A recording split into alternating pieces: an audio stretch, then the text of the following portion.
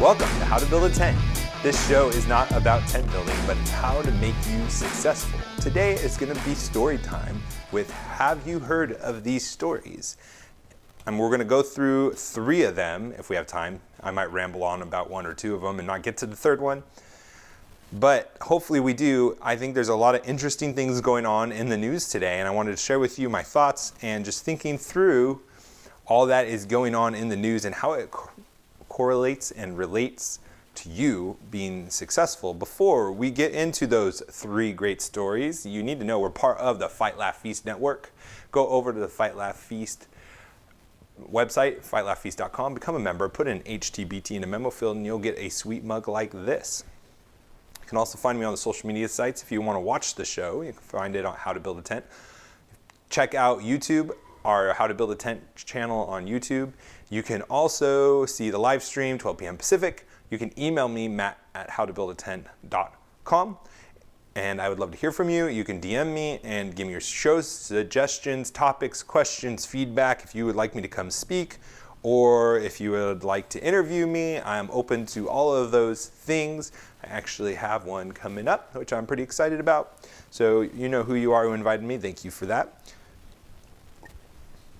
I need to get one more sip of water before we get into this today.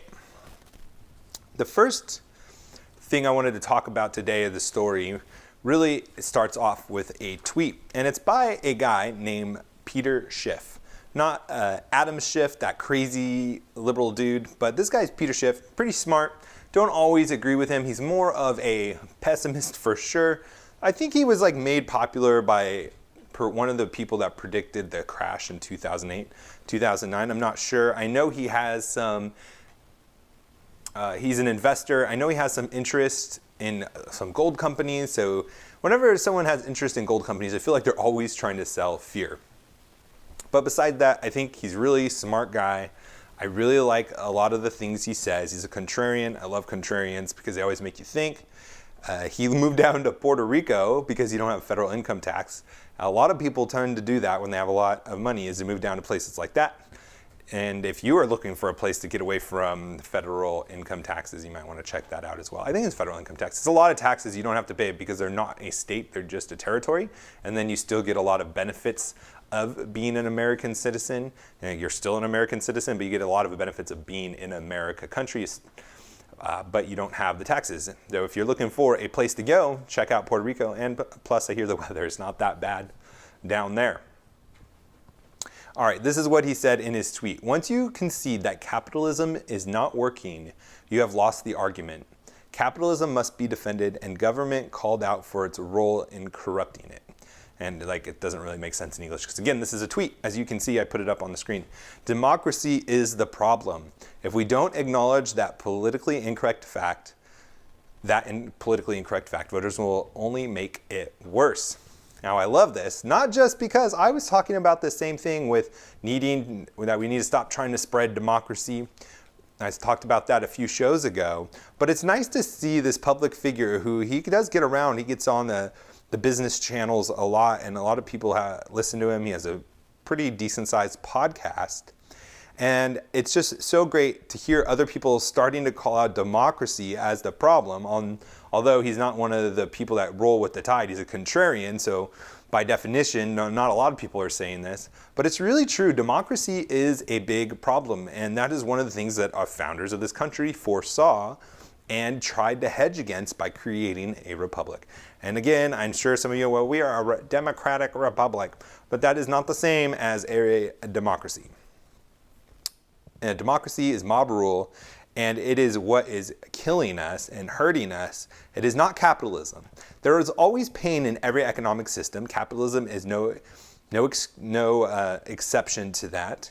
But capitalism has by far raised the standard of living, the benefits for the overall society, more so than any other system in the world. And he goes on and he talks about how more people are going to vote to make it worse if you think that capitalism is a problem, if you make excuses for it, if you admit or concede any ground that democracy needs to be fixed or patched, approved, have a safety net attached onto it. It's going to drive more and more people towards socialism. And I want us smart tent builders, because I don't know what else to call you, viewers of the show How to Build a Tent, to be aware of that. There is no excuse that you have to make for capitalism, because capitalism is not claiming to be a deity. It is not claiming to take care of every individual person. That is not the role of an economic system. The role of an economic system is not to make sure that no one goes without pain and suffering their whole life. The goal of an economic system is to elevate a society as best it can within the rules, within the nature of humanity that is possible with the limited resources we have. And it is also the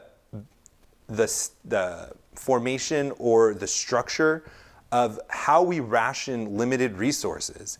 And and I'm sure most of you agree, there's no better system that has proven itself, not just what is ideal in a textbook or in theory seems to be really nice, but there's no better system that's proven itself to be able to lift the most amount of people out of poverty like capitalism. No other system has ever come close. We need to stop trying to change it. We need to stop trying to quote unquote fix it.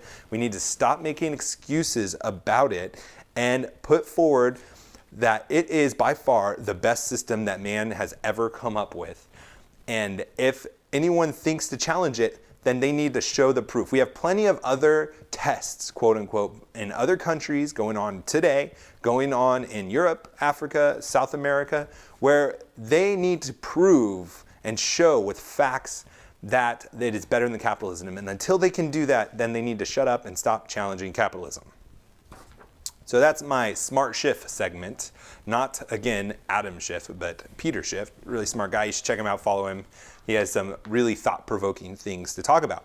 Now, the next thing I wanted to talk about, which is actually kind of fun, it like sparks the little boy in me, and it's about space travel. And it was really exciting. And I didn't really know, or didn't even read about, I didn't know. I guess I can just stay right there. I didn't know about it. Is how much investment in last year came in from the private sector in the space investment, in the space industry. And that's really exciting to me, because I think the more private capital goes into those areas, or in any area, I should say, the more opportunity, the more value we're going to see come of it, the more benefit we're going to come, like space travel and the ability to access technology that is utilizing space and satellites and all that kind of technology, which is really fascinating to me, really exciting, because, it's just, again, like every little boy wants to go up into space and be an astronaut one time in their life. And to see more opportunities of space travel, of companies having employees that are going to be going up into space, being able to sell trips to space, or just being able to throw up technology like satellites into space, we'll get to that in a second, is really exciting to me. And so in 2018, $3.2 billion was invested in the US space industry. And the US space industry alone, it's really exciting. And just for comparison, in the last 18 years, it's said that $22 billion has been invested. So in the last year, 2018, 3.2%, that's like 10 or 11% of the total of the last 18 years of investment was invested last year. So it's definitely picking up, and that's really cool. I can't wait to see all the stuff that's going to be coming out from this investment. Now, again, investment has implied risk to it, because certain things aren't going to work out, especially in space. It's a new industry. It's a new frontier still in a lot of ways. And so a lot of this investment might not pay out, but some of it's going to. And there's going to be a lot of great opportunities that come from it.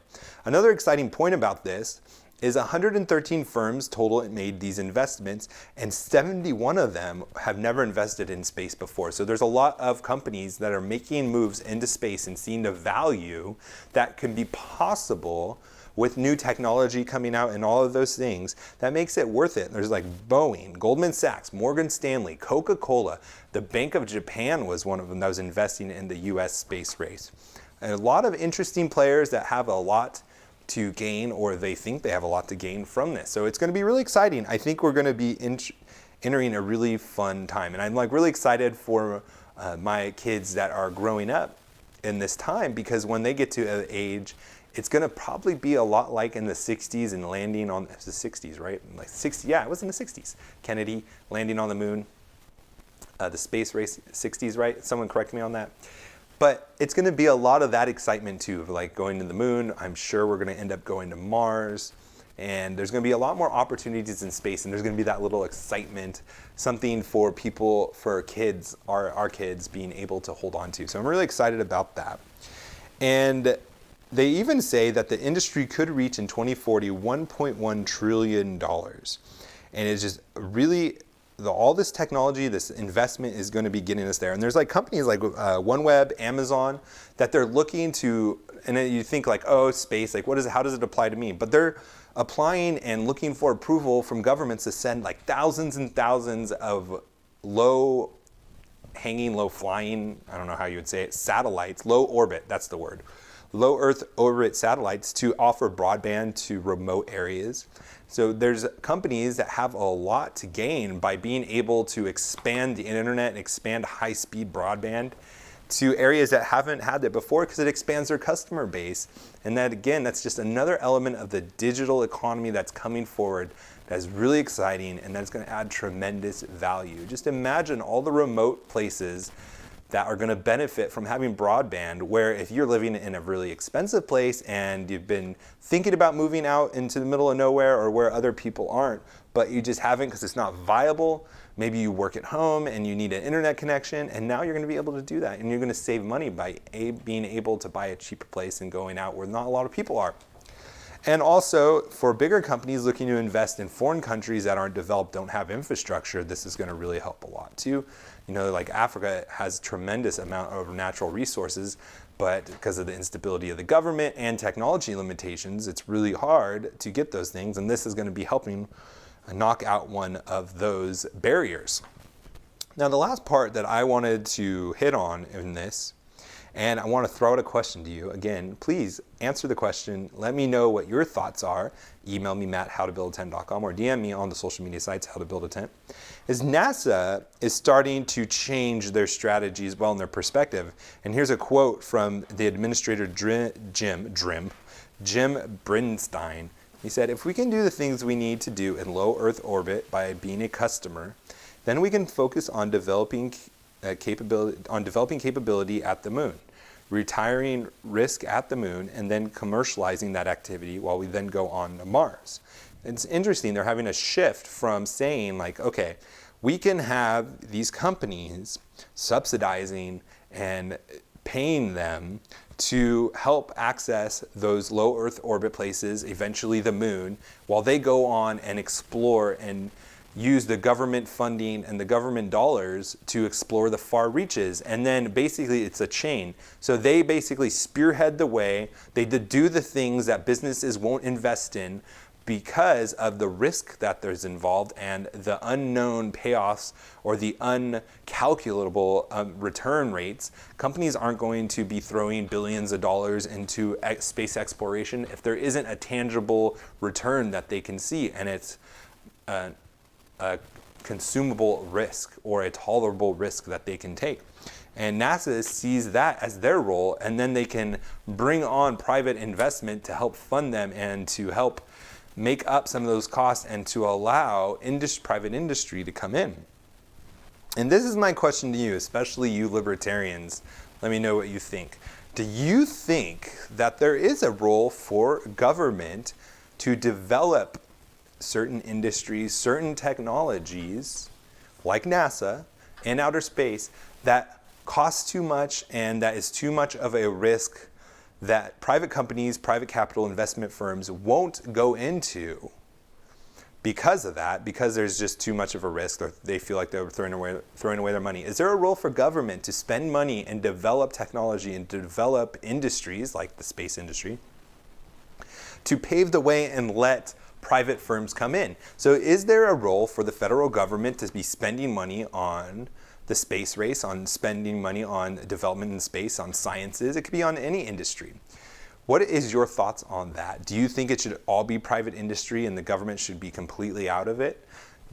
I would love to hear your thoughts on that. That's a really interesting one because you can't deny that NASA has contributed a lot to society, and even the things, if you go and you look at how much NASA has contributed to inventions, to food, to just a bunch of different things because of their technology they developed to get to the moon.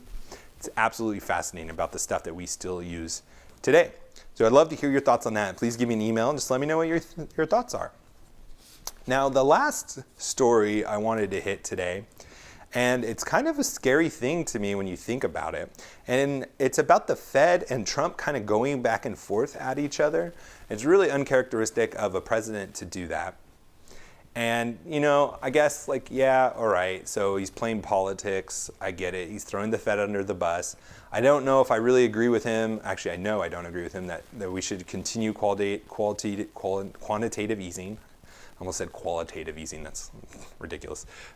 But we're starting to see the Fed chip in. And here's a little quote. And this is the president of, I think it was the St. Louis Federal Reserve. I don't remember where it was. He says, I personally think the Fed should drop rates. Though this is the president. I personally think the Fed should drop rates. I think they've really slowed us down. There's no inflation in terms of quantitative tightening.